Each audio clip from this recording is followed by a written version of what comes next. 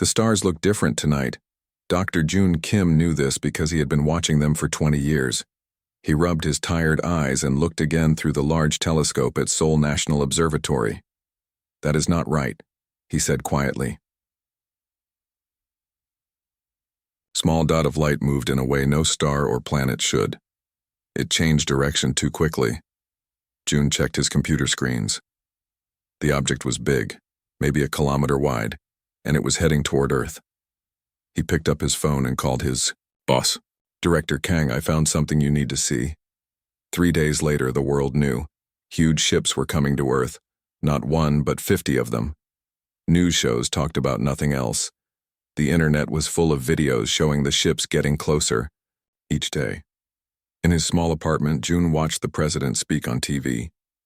"We have made contact with the visitors. They call themselves the Vora. They say they come in peace and wish to meet with Earth's leaders." Jun did not believe it was that simple. Nothing ever was. General Hana Park stood tall in her crisp uniform as government cars pulled up to the Seoul International Conference Center. Leaders from every major country were arriving for the meeting with the aliens. "All security measures in place?" she asked her second-in-command. "Yes, General. Though I'm not sure what good our guns will do if they decide to attack. Their ships could destroy our cities from orbit." Hana nodded. "Sometimes the threat of force is enough, but stay alert." The Vora had agreed to send down just one ship to the meeting. It now hovered above the conference center, a dark oval blocking the sun. It was smaller than the ships in orbit, but still the size of a large building. A beam of blue light shot down from the ship to the landing pad. When it disappeared, 3 tall figures stood there. The aliens were nearly 2 meters tall with pale, blue skin that looked almost metallic. They had 4 arms and walked on 2 legs. Their faces had no nose, just slits where a human nose would be, and large black eyes that never seemed to blink. The middle alien stepped forward as world leaders gathered around. Translators with special devices provided by the Vora stood ready. I'm Commander Drool of the Vora expansion fleet," the alien said in a deep voice that the translators changed to each human language. "We thank you for this welcome." The UN Secretary General stepped forward. "We welcome you to Earth and look forward to peaceful talks." Commander Drool's mouth moved in what might have been a smile. "Yes, talks. We have much to discuss." Dr. Subin. Lee was not invited to the big meeting with the aliens. Instead, she was in a small park watching crows. As an expert on birds, she found their behavior today strange. The crows gathered in larger groups than normal and seemed agitated. "They know something is happening," she said to herself, making notes in her tablet. A crow landed near her feet. It looked at her with one eye, then the other. Birds did this to see better. But this crow seemed to be studying her. Subin stayed very still. The crow hopped closer. It made a soft sound, not the usual harsh caw. Then it flew away to join the others. On the other side of the city, important people were meeting aliens. Here, Subin felt something just as strange was happening with Earth's birds. Inside the conference room, Commander Drool showed a map of the galaxy on a floating screen. "Your solar system sits at an important crossroads," Drool explained. "We are at war with another species called the Keth. We need Earth as a military base." The room erupted in angry voices. Hana Park watched carefully as the world leaders protested. The American president stood up. "We will not become involved in your war. Earth is not a military base for anyone." Drool's black eyes showed no emotion. "You misunderstand. This is not a request." He pressed something on his wrist. Suddenly, all the lights went out. Phones, computers, everything electronic stopped working. Emergency lights came on, running on simple batteries. In their dim glow, Drool looked even more alien. "We have disabled your technology with an electromagnetic pulse," he said calmly. "Your weapons, communications, transportation systems, all useless now." Chaos broke out in the room. Security teams rushed to protect their leaders. Hana pulled out her gun, but as the alien had said, it did not work. "Silence!" Drool's voice boomed without need of translation. When the room quieted, he continued. We chose Earth because our scans showed you have valuable resources but limited defense capabilities. We will begin landing our forces in 48 hours. Do not resist, and your people will be treated fairly as a subject population. The Chinese premier stepped forward. Our militaries will fight you with or without technology. Drool made that strange smile again. Your primitive weapons are no match for us. Without your electronics, you are practically defenseless. June Kim, who had been invited as a scientific advisor, spoke up from the back of the room. Why tell us your plans? Why not just attack? Efficiency, Drool replied. Mass resistance leads to unnecessary deaths. We prefer ordered transition of power. He pressed his wrist device again. The blue beam appeared and the three aliens stepped into it and vanished. Their ship moved upward to rejoin the fleet. The world leaders looked at each other in shock and fear. We need to prepare for war, Hana said, breaking the silence. Spread the word however we can without technology. Tae Park was playing a game on his computer when everything shut down. At first he thought it was just a power outage in his neighborhood. Then he looked out the window. Cars had stopped in the middle of the road. Nothing worked. People were getting out of their vehicles looking confused. Tae's grandfather came into the room. It's the aliens, the old man said, turning on a battery-powered radio. They've done something to all our electronics. They listened to emergency broadcasts explaining what had happened at the meeting. The aliens were going to invade in 2 days. We should go to your grandmother's village, his grandfather said. It will be safer in the countryside. As they packed basic supplies, Tae noticed something odd outside. Birds were gathering on the power lines and rooftops. More birds than he had ever seen in the city. Different kinds, too. Not just pigeons, but hawks, crows, even birds he didn't recognize. They all seemed to be watching. Waiting. By nightfall, General Hana Park had set up a command center using old military equipment that didn't rely on advanced electronics. Runners carried messages between government buildings. It was like going back in time 100 years. What's our status? She asked an officer who had just arrived on bicycle. Bad, General. Most of our military equipment is useless. Planes can't fly. Tanks won't move. Modern guns don't fire. Hana nodded grimly. What about older weapons? Rifles with simple firing mechanisms? We're gathering what we can find, but it won't be enough against their technology. A soldier ran in with a message. General, there are reports coming in from around the world. Birds are acting strangely everywhere, gathering in huge flocks, especially near cities. Hana frowned. Birds? That's not important now. With respect, General, millions of birds are moving in coordinated patterns. Scientists are saying it's unprecedented behavior. Before Hana could respond, Dr. June Kim entered the room. General Park, I need to speak with you, he said urgently. I've been studying the Vora ships. They're positioning themselves above major cities. I think they plan to land troops all at once. How do we fight them, Dr. Kim? Hana asked. They've taken away our technology. June looked out the window at the dark shapes of birds circling against the night sky. I don't know, he said. But I think we should prepare for the worst. Neither of them knew that Earth's oldest defense system was already awake and preparing for battle. The Vora had studied humans and their weapons carefully, but they had never considered the birds. Dr. Subin Lee couldn't sleep. It was the night before the alien invasion and the world was in chaos. But that wasn't what kept her awake. It was the birds. She sat on the roof of her apartment building with binoculars and a notebook. The moon was bright enough to see the dark shapes of birds covering every rooftop and power line. Thousands of them. And they were not sleeping. This isn't normal, she whispered. In her 20 years studying birds, Subin had never seen anything like this. Birds usually settled down at night. These birds were active, moving in patterns almost like they were talking to each other. A large crow landed near her. It was the same one from the park, she was sure. It had a small white patch on its wing. Hello again, she said softly. The crow tilted its head and made a clicking sound. Then it hopped closer. Subin held very still. The crow looked at her with one eye, then the other. It tapped its beak on the roof 3 times. Subin felt a strange feeling in her head. Not quite a headache, but a pressure. A presence. The crow tapped again, 3 times. It was trying to tell her something. "I don't understand," she said. The crow flew away suddenly. All the birds on nearby buildings took off at the same moment, as if someone had given an order. Subin watched in amazement as they formed a perfect circle in the sky, then split into smaller groups and flew off in different directions. Like an army, she thought. Like they have a plan. Tay Park sat on the porch of his grandparents' small house in the countryside. They had left Seoul yesterday, joining thousands trying to escape the cities before the aliens came. His grandmother was inside, sorting supplies.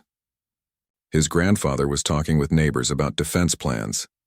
No one really believed they could fight the aliens, but they had to try.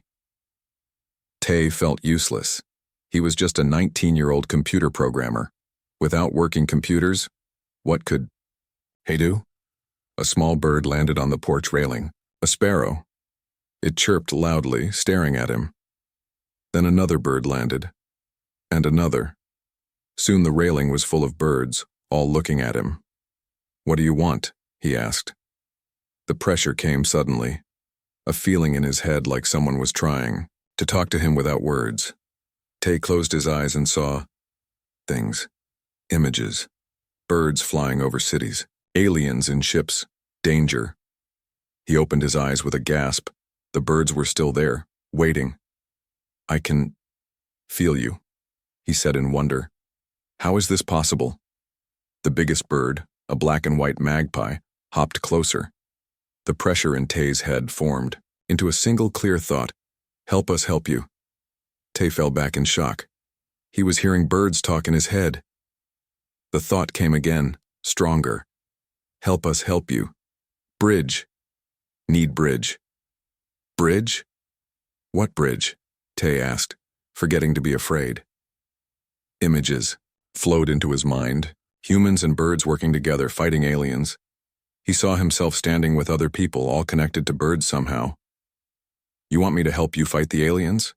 To be a bridge between birds and humans?" The birds all chirped at once, an excited sound. The magpie bobbed its head up and down. "Yes. Find others.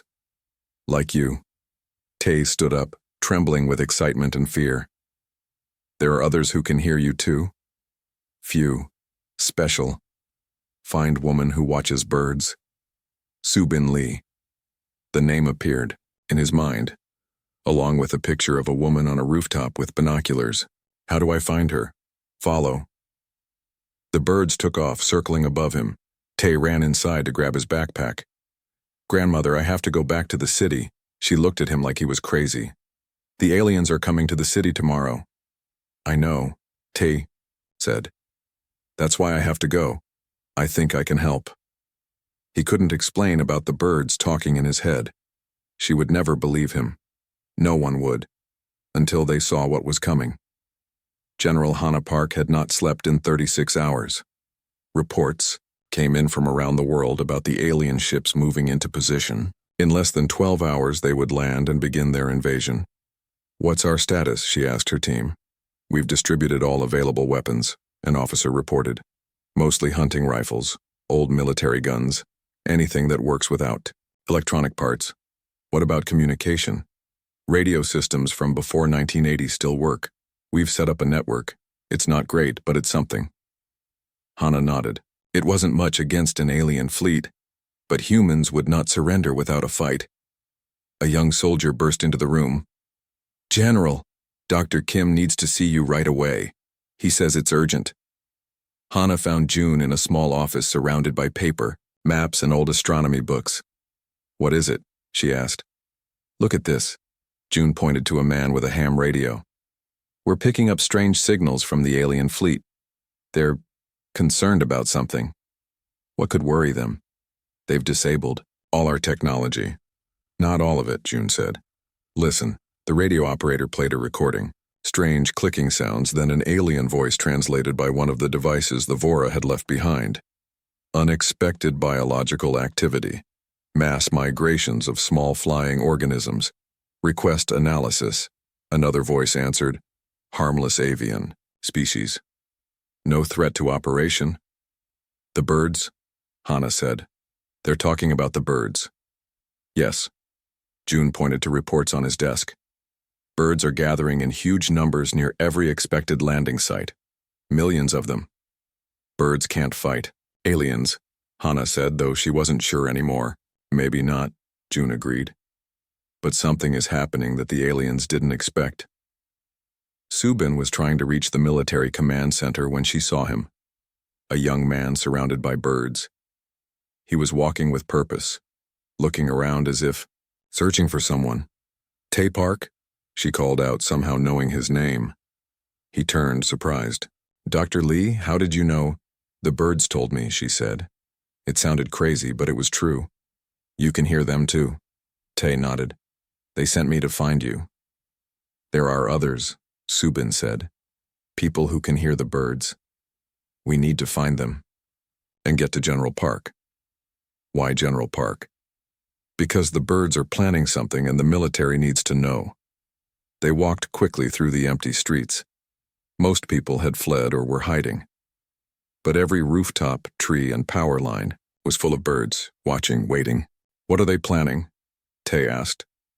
Subin shook her head. I'm not sure, but I've been studying birds my whole life, and I never knew they could do this, communicate like this, organize like this. Maybe they couldn't before, Tay suggested. Maybe they changed when the aliens came. Or maybe this ability was always there, sleeping until they needed it. Subin looked up at the dark shapes against the sky. Birds are dinosaurs, you know. The only dinosaurs that survived. They've been on Earth for millions of years. Who knows what secrets they carry in their DNA? The pressure in their heads grew stronger as more birds gathered around them. Images flowed into their minds. Birds attacking alien ships, diving at strange blue creatures protecting humans. They're going to fight, Tay said in wonder. They're going to fight for us. Not for us, Subin corrected. With us. For Earth. It's their home, too. They reached the military command center as the sun was setting. Tomorrow the aliens would land, but Earth was not defenseless. Earth had its birds. The morning of the invasion was strangely quiet. General Hana Park stood on the roof of the command center with Dr. June Kim, Dr. Subin Lee, and Tay Park. They watched the sky turn from black to purple to orange as the sun rose. So you can both talk to the birds? Hana asked, still not sure if she believed it. Not exactly talk, Subin explained. It's more like sharing thoughts and images. They show us what they plan to do. And what is their plan? June asked. Tai closed his eyes, receiving the images flowing into his mind. They will attack the aliens when they land. They know the aliens don't see them as a threat. Hana shook her head. Birds against alien weapons? It's brave, but there are billions of birds on Earth. Subin cut in. And they're smarter than anyone knew. They've been watching humans build things for thousands of years. They understand tools, weapons, weak points. They've been learning from us, Tay added. And now they're going to use what they learned. A soldier ran onto the roof. General, the alien ships are moving. They're beginning to descend. Everyone looked up. 12 massive ships were breaking away from the main fleet, moving down toward Earth's atmosphere. One was heading straight for Seoul. It's starting, June said quietly. At that moment the sky darkened. Not from clouds or the alien ships, but from birds. Millions of birds rose from every building, tree, and power line in the city. They formed a massive swirling cloud high above. My God, Hana whispered. She had seen many things in her military career, but nothing like this. They're organizing, Subin said, eyes wide with wonder. Each type of bird has a different role based on their abilities. Through his connection, Tay could feel the bird's plan unfolding. Fast birds like falcons will dive bomb. Strong birds like eagles will attack in groups. Small birds will go for sensitive equipment. They know exactly what to target. The alien ship grew larger in the sky as it descended toward the center of Seoul. We should get inside, Hana said. It's not safe here. No one moved. They all knew they were about to witness something historic. Commander Drool stood on the bridge of his ship as it entered Earth's atmosphere. Screens showed 11 other landing ships descending toward major cities around the planet. Landing sequence initiated, reported an officer. No sign of resistance. As expected, Drool said. Their primitive weapons are useless now. This will be the easiest conquest in Vora history. A warning alarm sounded. Drool turned to another screen. What is that? He demanded, pointing at dark clouds surrounding each landing ship. Scanning, the officer replied. They appear to be native flying creatures, birds. Drool made a dismissive gesture. Harmless wildlife, ignore them. The ship lowered toward the landing zone, a large park in the center of Seoul. As they descended below the buildings, deployment bay doors opened. Soon ground troops would pour out to secure the area. That's when the first wave hit. Hundreds of Falcons and Hawks plunged from the sky at incredible speeds, aiming directly for the ship's external sensors and weapons ports. They struck with such force that equipment shattered. External cameras failing, shouted an officer. Defensive systems compromised. Drool couldn't believe what he was hearing. How can birds damage our technology? They're striking weak points with precision, reported the science officer. It's as if they know our ship design. More alarms blared as the ship touched down. The deployment ramp lowered, and Vora troops in mechanized armor marched out. They were immediately engulfed in a storm of feathers and beaks. From a safe distance, Hana and the others watched through binoculars as the alien troops emerged from their ship. Look, Tay pointed. Eagles and large hawks swooped down, 5 or 6 attacking each alien soldier. They went for the eye coverings, breathing apparatus, and joint connections in the armor. Smaller birds flew into any opening they could find. They're targeting vulnerabilities, June observed. How do they know where to attack? The birds can see things we can't, Subin explained. Different light spectrums, heat patterns, they can spot weaknesses. Through their mental connection, Tay and Subin felt the birds' collective intelligence growing stronger as more joined the fight. It was like a giant living computer, processing information and adapting strategies in real time. On the ground, the alien troops were in chaos. Their weapons fired energy beams into the sky, but the birds moved too quickly, dodging the blasts. When one bird fell, 10 more took its place. It's working, Hana said in amazement. The birds are actually winning. Inside his ship, Commander Drool watched in fury as his invasion force was overwhelmed by what should have been harmless wildlife. This is impossible, he shouted. These are just birds. His communication screen flashed. It was the fleet commander, from orbit. Drool, what is happening? All landing forces report being under attack by native flying creatures. The birds are organized, Drool replied. They're attacking with intelligence and strategy. This was not in our scans. Pull back, ordered the fleet commander. Return to orbit until we understand this threat. Drool slammed his fist on the console. No, I will not retreat from simple animals. He turned to his weapons officer. Activate the sonic cannons. Target all flying creatures within range. But sir, that will affect our own troops as well. Do it. The officer obeyed. A high-pitched sound blasted from the ship. Birds closest to the source fell from the sky, their sensitive hearing overwhelmed. But it didn't stop them all. Tay collapsed to his knees, hands pressed against his ears. Subin crouched beside him, also in pain. What's happening? Hana asked, helping them both. Sonic weapon, Subin gasped, hurting the birds and us through the connection. Many birds are falling, Tay said, his face pale.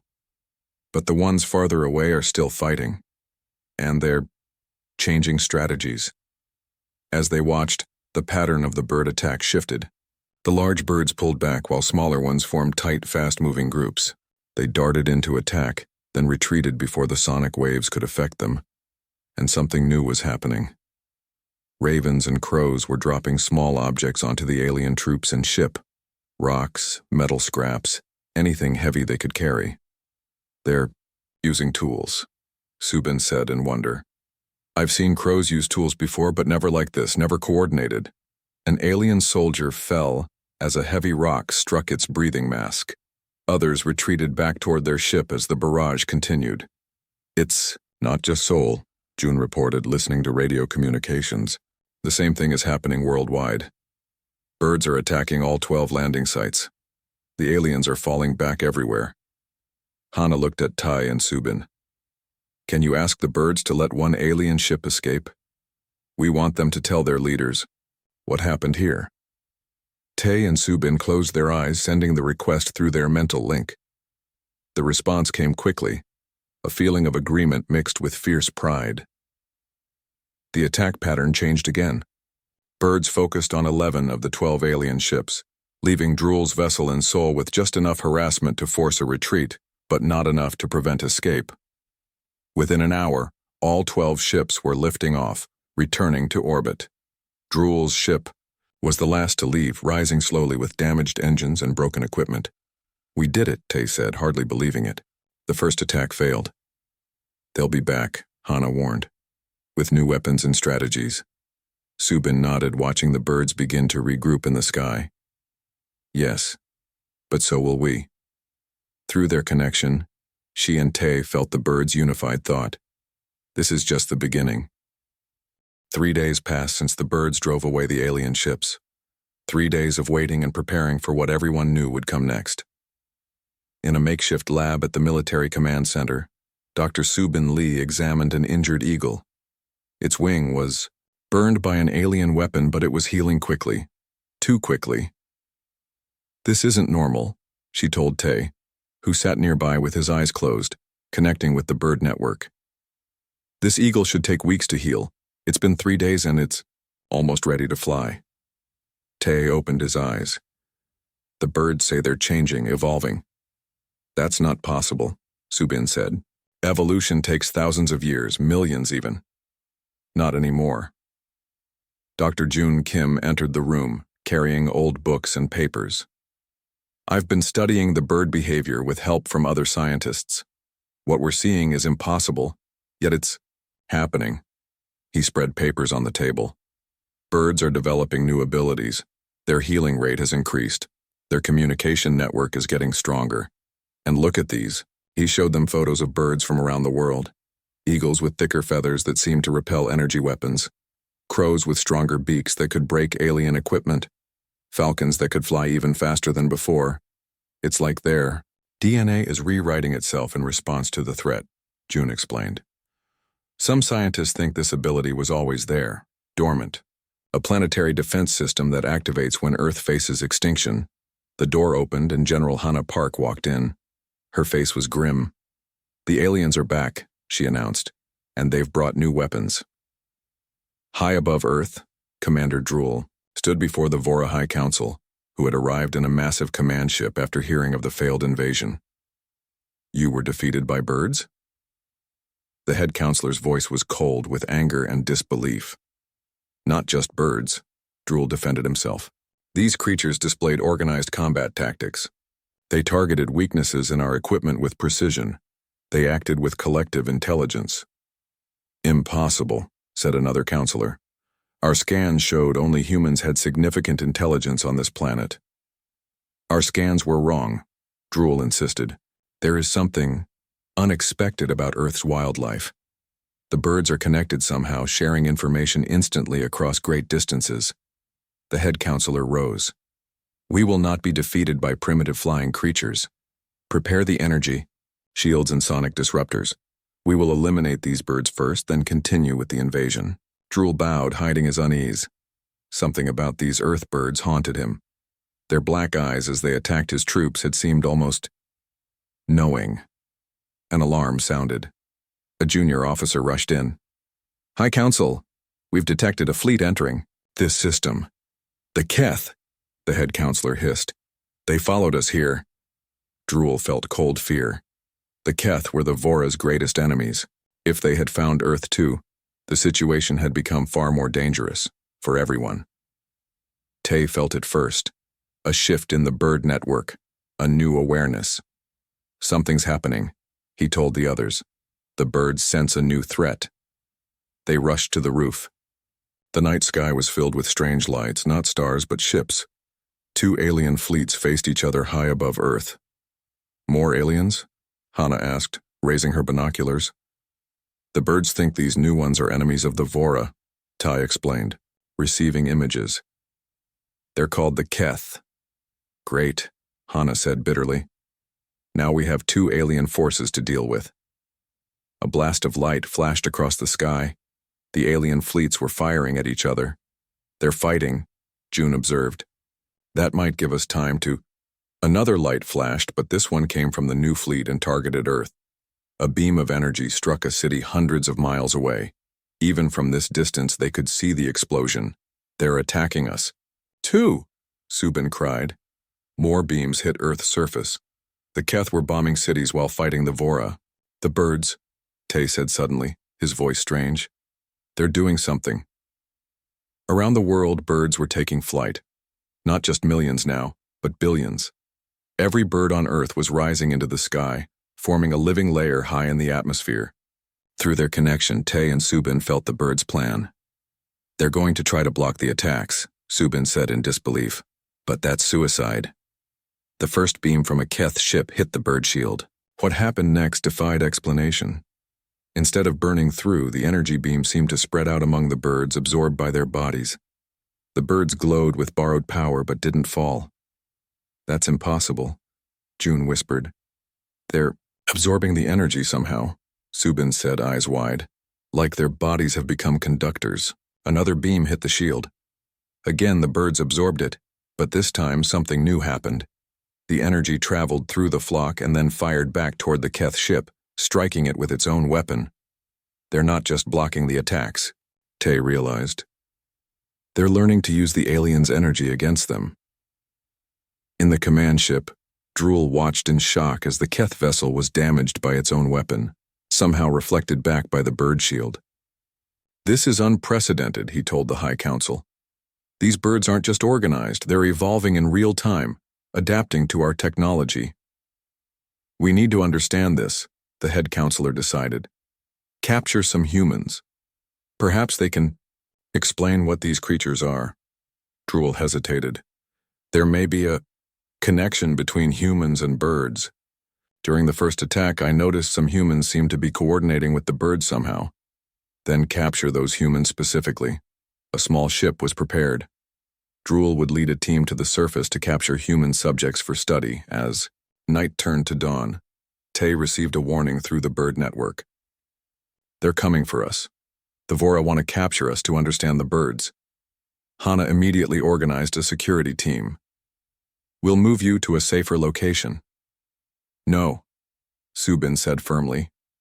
We need to meet with them. That's insane, Hana argued. They're invaders. The birds think we should talk, Tay explained. With both alien species fighting each other, there might be a chance for understanding. June looked thoughtful. Perhaps we can explain what's happening with the birds. Knowledge has stopped wars before. Or started them, Hana countered. But she knew they were right. Fine, but we meet on our terms, with protection. They sent a message through the bird network, knowing the Vora would detect the strange communication patterns. A meeting was arranged in an open area outside the city, with birds providing security. Commander Drool arrived with 4 armed guards. Hana, June, Subin, and Tai waited, surrounded by hundreds of watchful birds. You are the ones who communicate with these creatures? Drool asked, his translator converting his words. We are bridges, Tai answered.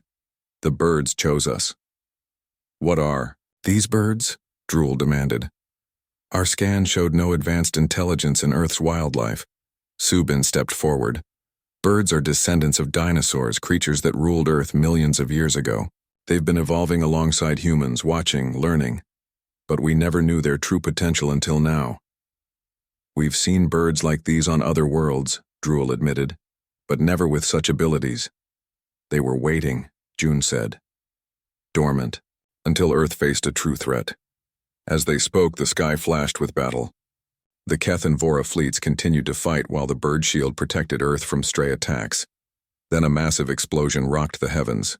A new Keth ship, larger than any before, had arrived and fired a weapon of incredible power at Earth.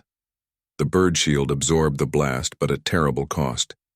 Thousands of birds fell, their bodies spent.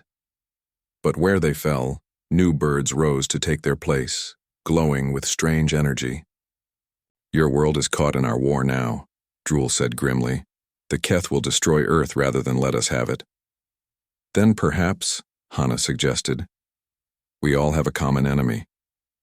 Before Drool could answer, the ground shook. The massive Keth ship was descending toward Earth, preparing for a direct assault. The birds scattered from their shield formation, regrouping for a different strategy. Through their connection, Tay and Subin felt a new plan forming, one that would require an even greater sacrifice. The final battle for Earth was about to begin. The massive Keth ship filled the sky like a dark cloud. It was twice the size of the largest Vora vessel and shaped like a giant blade. Energy weapons glowed along its sides, preparing to strike. On the ground, Hana turned to Commander Drool. "If we don't work together, none of us will survive." Drool hesitated, then nodded. "The Keth will destroy this planet rather than let anyone have it. We have a common enemy now." He spoke into his communication device, giving orders to his fleet. The Vora ships changed position, focusing their attacks on the Keth. "What can we do?" June asked, watching the battle above. "The birds have a plan," Tay said, his eyes distant as he connected with the bird network. "But they need help from humans and from the Vora, too." "What kind of help?" Drool asked. Subin explained as the images came to her through the connection. "The birds can absorb energy from your weapons, but they need it to be coordinated. They're creating something they call the symphony. A synchronized attack," Hana understood. "All forces striking together in a pattern." Drool looked skeptical but spoke again into his device. Moments later, a small Vora ship landed nearby. From it emerged a tall, thin alien with markings that indicated a scientist. "This is Scientist Miev," Drool introduced. "Our leading expert on energy weapons." Miev studied the birds circling overhead. "Fascinating adaptation. They've somehow modified their cellular structure to conduct energy." "Can you help coordinate your fleet's weapons with their movements?" Hana asked. "Possibly," Miev said. "But I need to understand their plan first." Tay and Subin closed their eyes, receiving complex images from the bird network. When they opened them, their faces showed awe and sadness. "The birds will form 3 layers in the atmosphere," Tay explained. "Each layer will catch and channel energy in a different way. But many birds will die in the process," Subin added quietly. "It is war," Drool said simply. "Sacrifice is sometimes necessary." High above, the Keth ship fired its main weapon at Earth. A blinding beam of energy shot toward the surface, aimed at the largest city in range. Billions of birds moved as one, forming the pattern they had planned. The beam struck the first layer of birds, which glowed bright as they absorbed the energy. Many fell, their small bodies overwhelmed, but the energy passed to the second layer in a controlled way. "It's working," June whispered. The second layer of birds shaped the energy, focusing it like a lens. The third layer, composed of the strongest birds, eagles, hawks, and falcons, directed the focused energy back at the Keth ship. The reflected beam struck the Keth vessel, causing a small explosion on its hull. "Again!" Miev shouted into a communicator. "All ships fire on my mark, targeting coordinates sent now." The Vora fleet unleashed their weapons in a synchronized pattern. The birds moved in response, catching the energy and adding it to what they had already collected from the Keth attack. "They're building power," June observed, "storing it for something bigger." The Keth responded with more firepower. The massive ship launched smaller vessels that began firing at both the birds and the surface. Hana's radio crackled. Reports from around the world described the same scene everywhere. Birds forming protective layers above cities, absorbing and redirecting alien energy weapons. "This is a planetary defense system," June realized. "The birds are working together across the entire globe." Through their connection, Tay and Subin felt the birds' collective mind growing, expanding. With each passing minute, their coordination, became more precise, their abilities stronger. "There's something else happening," Tay said, eyes wide. "The birds, they're changing again." Subin nodded. "It's like they're becoming pure energy themselves." The Keith ship fired its main weapon again, full power this time.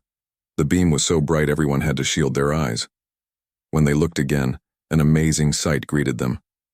The birds had formed a new pattern in the sky, a swirling spiral shape that caught the Keth energy and spun it faster and faster. "What are they doing?" Drool asked. "They call it the symphony," Subin said softly. "Watch." The spiral of birds began to pulse with light.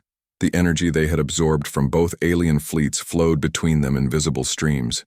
It looked like a living aurora in the sky, beautiful and terrible. Then the symphony began. Birds from the spiral shot outward in all directions, each carrying part of the collected energy. They flew with impossible speed toward the Keth ship, the Keth smaller, vessels, and even toward the Vora fleet. "Tell your ships not to shoot them," Tay shouted to Drool. "They're not attacking you." Drool relayed the order just in time. The birds reached the Vora ships but simply circled them, creating protective energy fields. Then they turned toward the Keth vessels. What followed was described later as the most beautiful and terrifying sight in human history. Billions of birds, glowing with borrowed power, struck the Keth ships in perfectly timed waves. With each impact, they released the energy they carried in controlled bursts. The smaller Keth vessels exploded one after another. The main ship, enormous and powerful, took longer. The birds sacrificed themselves by the millions, diving into its weapons ports and engine vents. For 3 days and nights the battle raged in the skies. People around the world watched as their planet's defenders fought with everything they had. On the morning of the 4th day, the massive Keth ship finally broke apart in a spectacular explosion high above the atmosphere. The remaining Keth vessels fled the solar system. Earth had won, but at a terrible cost. Nearly half of the world's bird population had been lost in the symphony. 1 month later, Tai sat with Subin in a small park that was slowly coming back to life. Trees that had been burned by stray energy beams were growing new leaves. Flowers were blooming again, and the birds were returning. "They're different now," Subin observed as a crow landed nearby. Its feathers had a slight metallic sheen, and its eyes seemed more aware than before. "They all are," Tay agreed. "The ones that survived the symphony passed their new abilities to their offspring, and they're reproducing faster than normal." The crow hopped closer, tilting its head as it looked at them. Through their mental connection, which had remained even after the battle, they felt its greeting. "World safe now. Rest. Grow stronger." "New species are appearing too," Subin said. "Birds, with abilities we've never seen before. Some can generate small electrical fields. Others can communicate directly with humans without bridges like us." "Evolution in action," Tay said, "but faster than anyone thought possible." In the command center, Hannah and June were meeting with Commander Drool, who had remained on Earth as the Vora ambassador. Most of the Vora fleet had departed, but a few ships stayed to establish diplomatic relations. "My people are still trying to understand what happened here," Drool admitted. "Nothing in our history prepared us for birds that could fight a space fleet." "Earth is full of surprises," Hannah said with a small smile. "Perhaps that's why it was worth fighting for." June entered with exciting news. "We've detected a transmission from deep space. It's not Vora or Keth." "What does it say?" Hannah asked. "It's being sent on multiple frequencies in simple patterns," June explained. "Dr. Lee thinks it's from other birds, on other worlds." Drool stood up straighter. "Impossible. We thought birds fighting spaceships was impossible too," Hannah reminded him. Outside, a new flock of birds flew overhead, their wings catching the sunlight. Among them were species no one had seen before, the next generation of Earth's defenders. The aliens had thought Earth was defenseless when they disabled human technology. They never considered looking up to the true guardians of the planet. They never considered the birds. The end.